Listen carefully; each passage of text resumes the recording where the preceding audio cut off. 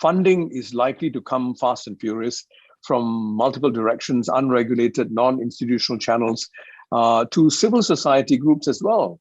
And there are certain risks involved here. Am I right, Taimur? Let me just step back for a second and talk about the sanctions' secondary impact. So today, deal with Russian banks, or most Russian banks. Some Russian banks can still deal with the SWIFT network, but most can't.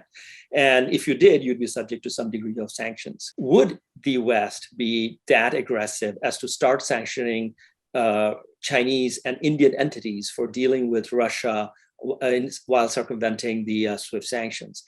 So far, I see no indications of that, but I do see in the civil societies in the US pressure for the US government to start imposing secondary sanctions.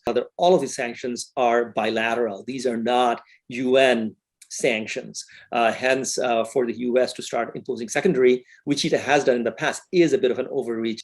Now, the other way, which is countries and entities that are trying to help Ukraine, would they get in trouble with Russia?